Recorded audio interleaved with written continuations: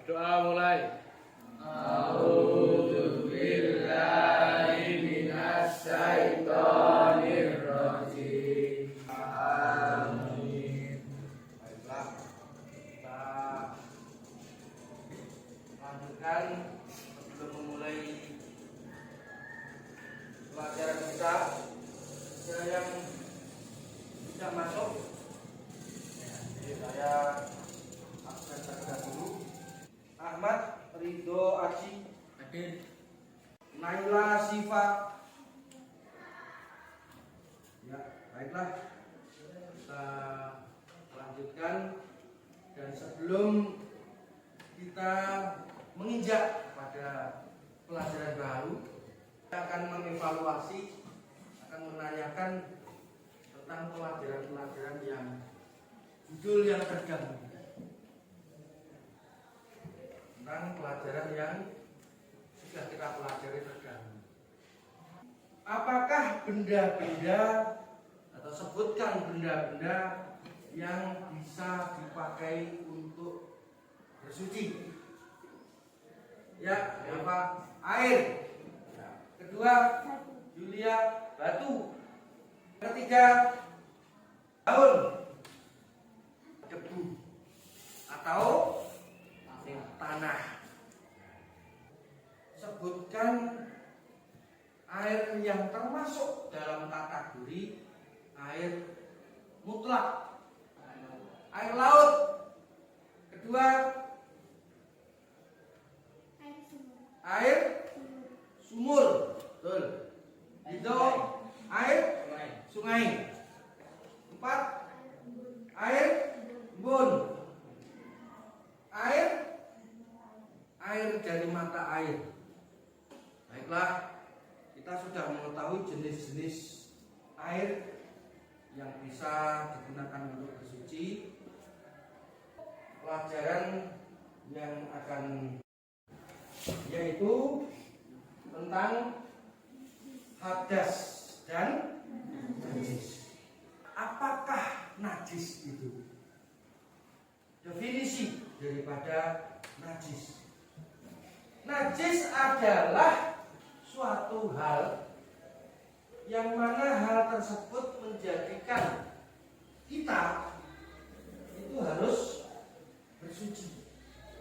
Awalnya kita ini adalah bersuci, tetapi karena sesuatu hal, karena terkena najis, maka kita harus mensucikan diri kita. Najis berasal dari bahasa Arab an-najah, an-najasah. An-najasah artinya adalah kotor. Dan secara istilah najis adalah sesuatu yang tidak suci. Apa saja kan? Penyebabnya dan pembagian-pembagiannya agar ibadah kita ini terjaga, agar ibadah kita tidak ternoda dengan atau karena kita terkena najis. Benda-benda yang masuk kategori najis: bangkai binatang darat. Dan itu adalah bangkai binatang darat, bukan laut. Hewan laut namanya ikan. Itu tidak najis. Yang kedua adalah darah haid, nifas. Apa nifas itu? Darah yang keluar dari wanita, yang mana wanita itu setelah melahirkan. Selanjutnya adalah juga kotoran hewan. Yang paling parah ini anjing dan babi.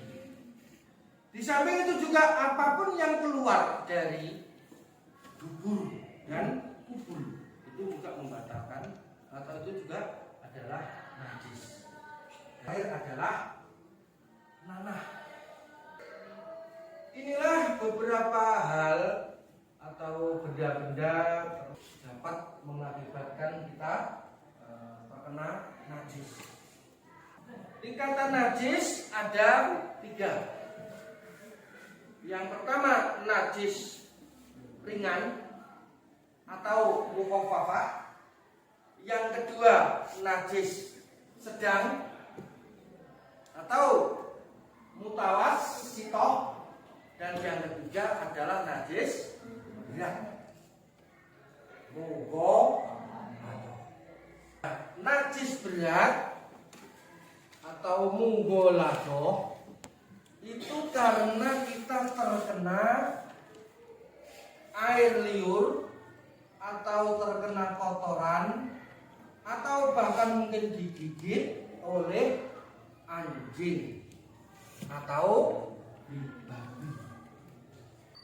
Tingkatan najis yang pertama adalah najis mukhafafah, najis ringan. Itu karena kita terkena kencing dari bayi yang bayi itu belum berumur 2 tahun, atau bayi itu tidak makan apapun kecuali air susu ibu.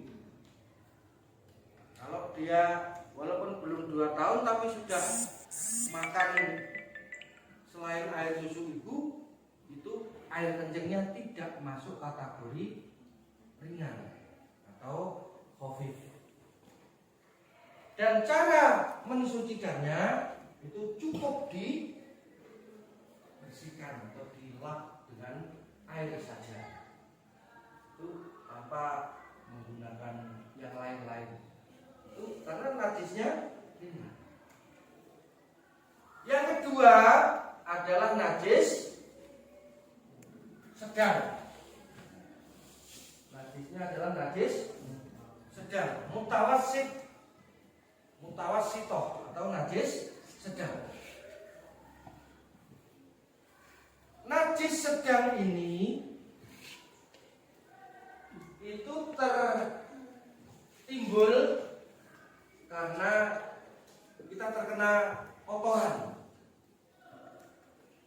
yang keluar dari atau kubur.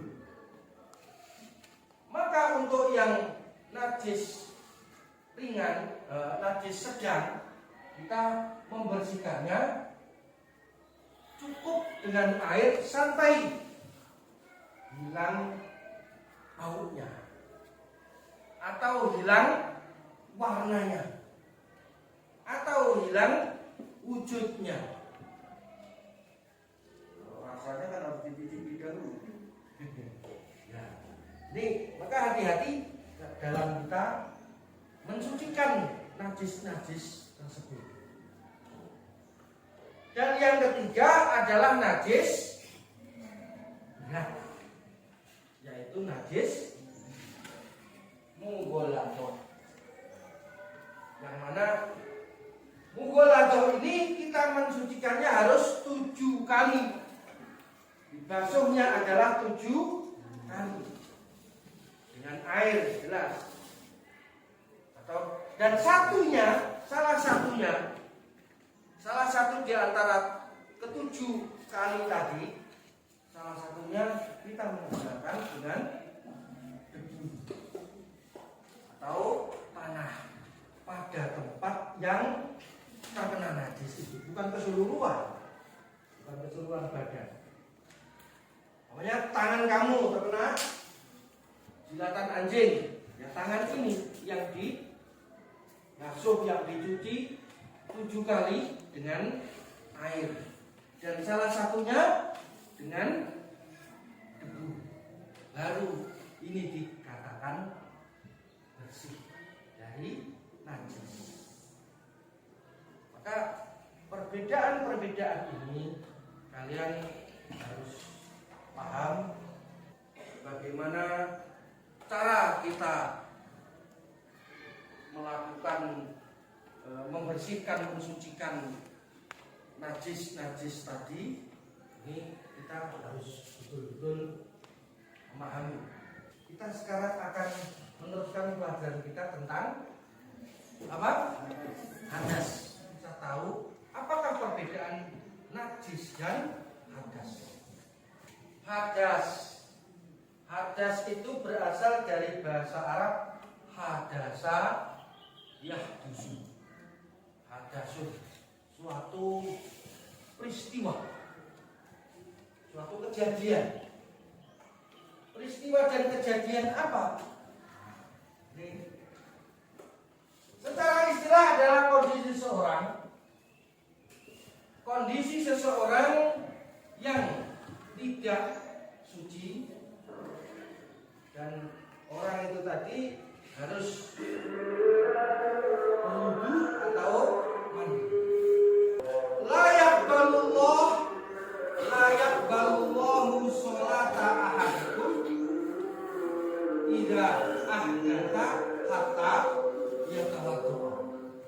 Ini dalil yang harus kita pahami, kita hafalkan, kita mengerti, yang mana kita harus dalam keadaan bersuci.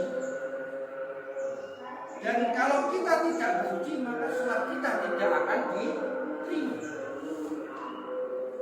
sampai kita melakukan wudu, sampai kita melakukan bersuci. Pembagian hadas ada dua, hadas besar dan juga hadas kecil.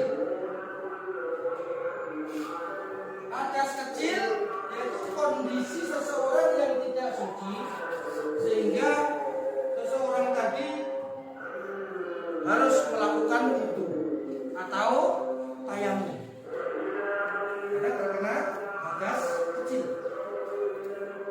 Lain kalau terkena hadas besar. Karena terkena hadas kecil, maka cukup baginya untuk berwudu atau bertayamum. Nah, kalau kita terkena hadas besar, dan sekarang apa saja yang masuk kategorinya hadas kecil? Hal-hal yang menyebabkannya apa saja?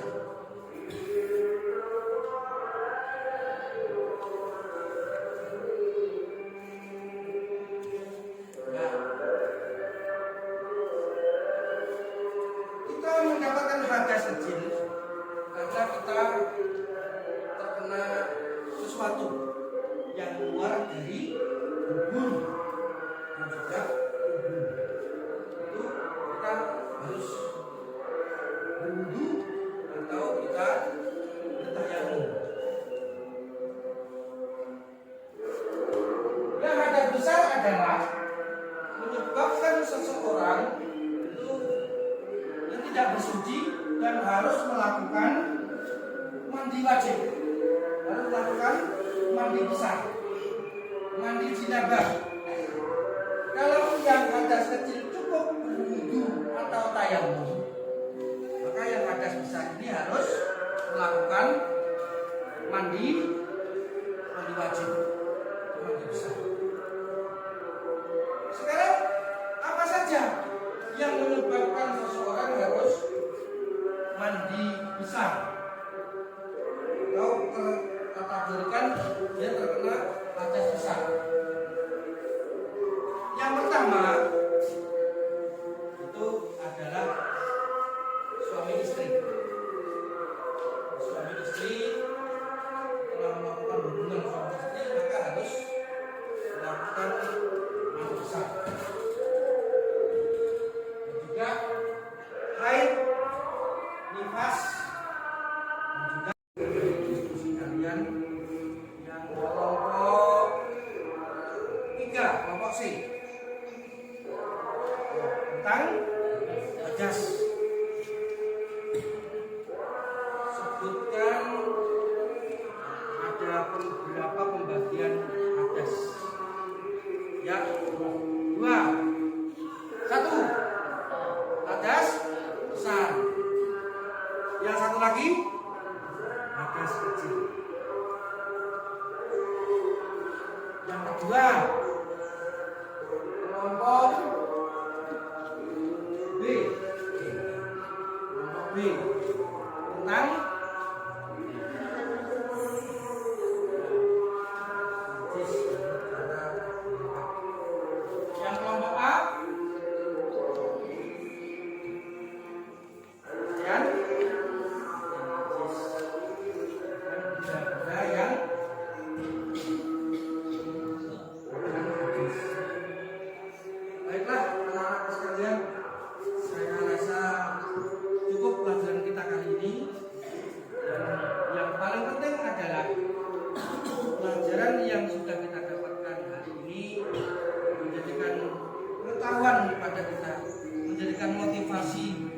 kepada kita agar senantiasa kita menjaga kesucian dan kita menjaga kebersihan.